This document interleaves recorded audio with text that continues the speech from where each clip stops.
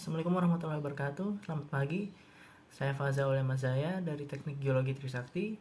Dan kali ini saya akan menjelaskan sedikit tentang geologi dan aplikasinya dalam kehidupan ini, serta hubungannya dengan Goal SDG atau Sustainable Development Goals dari United Nations atau PBB.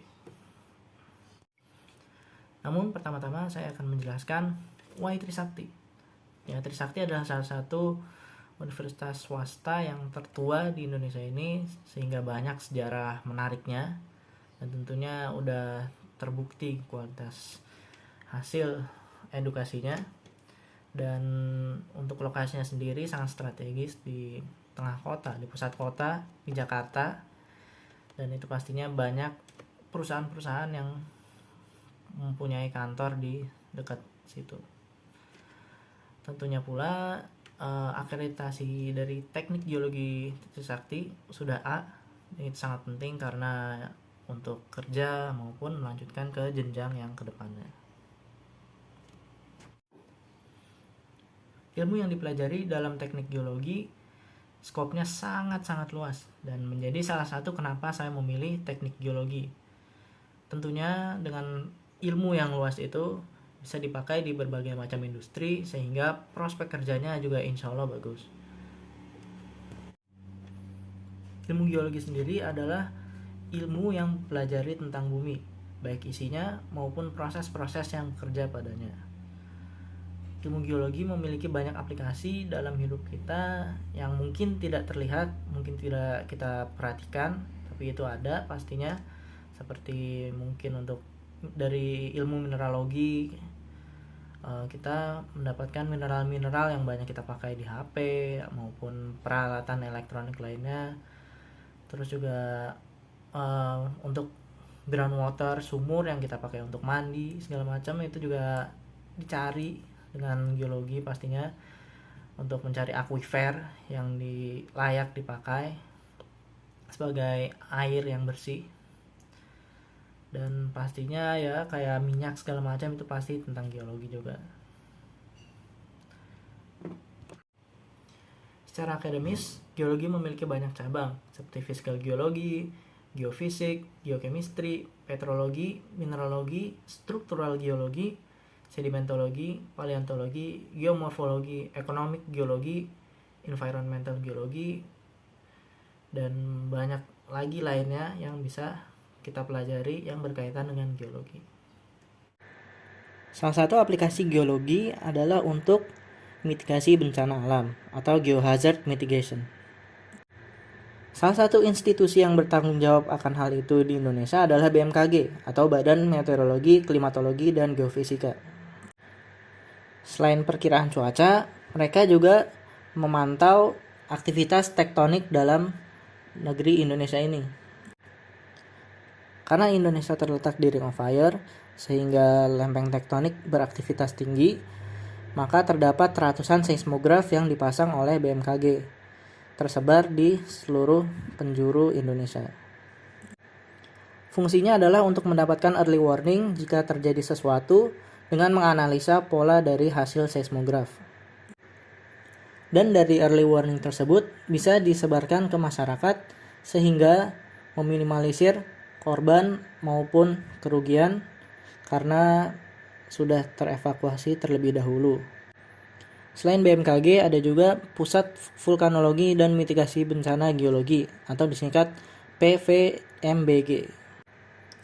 Salah satu tugas dari institusi ini adalah untuk mengamati aktivitas vulkanisme di Indonesia. Seperti kemarin Gunung Anak Rakatau yang aktivitasnya sedikit mengkhawatirkan, sehingga siaganya dinaikkan menjadi 3. Karena lokasi yang di laut, maka berpotensi terjadi tsunami ketika ada erupsi. Dan jika ada early warning, setidaknya warga sekitar yang tinggal di pesisir laut bisa bersiap-siap jika terjadi sesuatu. Overall, geologi sangat penting sebagai salah satu cara untuk memitigasi bencana yang berkaitan dengan geologi. Aplikasi lain dari geologi adalah berkaitan dengan kota dan pemukiman yang berkelanjutan, serta kehidupan sehat dan sejahtera. Dengan geologi, kita bisa menentukan lokasi untuk kota maupun pemukiman yang optimal. Salah satu kriteria pemukiman yang optimal adalah self-sustained water supply, di mana dengan geologi kita bisa mencari groundwater yang cukup dan bersih, tergantung dari aquifer yang diambil darinya.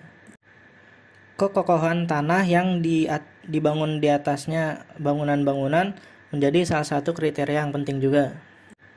Karena pastinya tidak ada orang yang mau membangun di atas tanah yang terlikuifasi maupun sebuah sinkhole yang berpotensi ambruk. Potensi ekonomis dari sumber daya alam yang berkaitan dengan geologi juga bisa ditemukan dengan menggunakan ilmu geologi. Pastinya seperti minyak, emas, dan sumber daya alam lainnya yang bisa dijual dengan harga yang cukup mahal, yang berdampak juga terhadap kehidupan sehat dan sejahtera dari kota dan pemukiman yang berkelanjutan, yang akhirnya berkaitan juga dengan peran geologi dalam geopolitis sebuah negara secara keseluruhan. Sumber daya sebuah negara bisa menjadi suatu aset yang sangat penting bagi negara tersebut. Banyak perang yang terjadi pada abad 19 dan abad 20 ini yang dikarenakan oleh emas hitam atau minyak bumi. Seperti yang paling terkenal adalah intervensi Amerika di Timur Tengah. Contoh yang terbaru adalah invasi Rusia ke Ukraina, terutama perebutan wilayah Crimea yang memang memiliki potensi sumber daya alam yang lumayan tinggi, terutama minyak bumi dan gas. Lalu, European Union menjatuhkan sanksi terhadap Rusia, termasuk juga ekspor sumber daya alam seperti minyak dan gas. Yang sebenarnya ironis, karena European Union itu sangat bergantung terhadap sumber daya alam yang diekspor dari Rusia. Beberapa negara pun mengangkat sanksinya karena menghadapi krisis energi di dalam negeri, karena ketergantungannya terhadap sumber daya alam Rusia. Bahkan Amerika pun terdampak dengan harga minyak yang tinggi. Dan jika makin meninggi, bisa berpotensi civil unrest maupun riot yang akan terjadi. Dan karena itu, petrodolar yang dianggap invincible dan tidak terkalahkan bisa berpotensi kalah terhadap petro yuan maupun petro rubel yang mungkin kedepannya akan meningkat lagi. Oleh karena itu, optimalnya sebuah negara memiliki suplai sumber daya alam yang mencukupi agar tidak terjerat dalam perangkap geopolitis yang sedang terjadi sekarang ini. Poin-poin yang dibahas sebelumnya adalah peran geologi dalam pencapaian Sustainable Development Goals yang ditetapkan oleh United Nations atau PBB. Sustainable Development Goals adalah 17 poin-poin yang diharapkan tercapai dengan kerjasama negara-negara pada United Nations, baik yang maju maupun berkembang. Tujuannya adalah mencapai kesejahteraan dan kelayakan hidup bagi semuanya. Geoscience for the Future adalah sebuah inisiatif yang menghubungkan antara geoscience dan sustainable future.